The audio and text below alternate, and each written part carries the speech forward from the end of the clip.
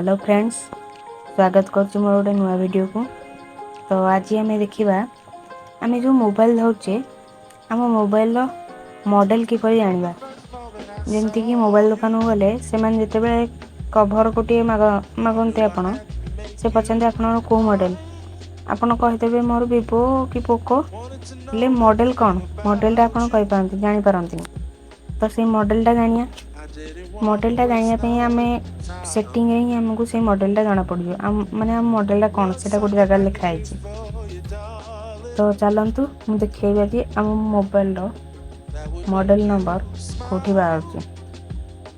चलतु स्टार्ट करा। प्रथम सेटिंग ऐप ओपन करिए।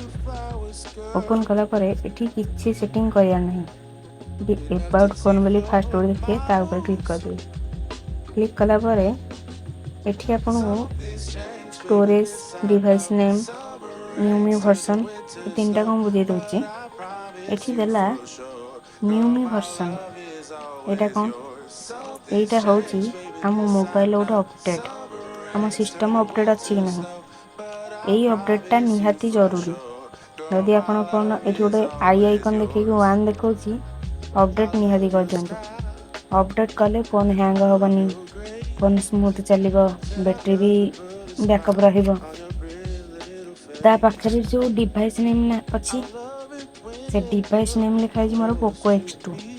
तो मो फोन है पोको मॉडल है पोको X2 जानीगले मॉडलटा। तापर जो स्टोरेज अच्छी सेटा बुझे दूसरी। स्टोरेज 58.1 GB बाई 128 GB माने मोर ये 128 GB स्टोरेज हो मो मोबाइल किंतु एथर 58 GB फुल हो सारी। तो मुई तीन टाक आपको बुझेदेली ता तलक भी आहरी सेटिंग अच्छी एराक मु आउ गोटे वीडियो बुझेबी।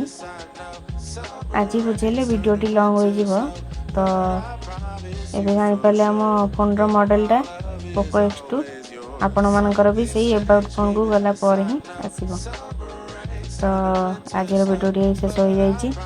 रहुची जय जगन्नाथ। देखा गोटे मोर नुआ वीडियो।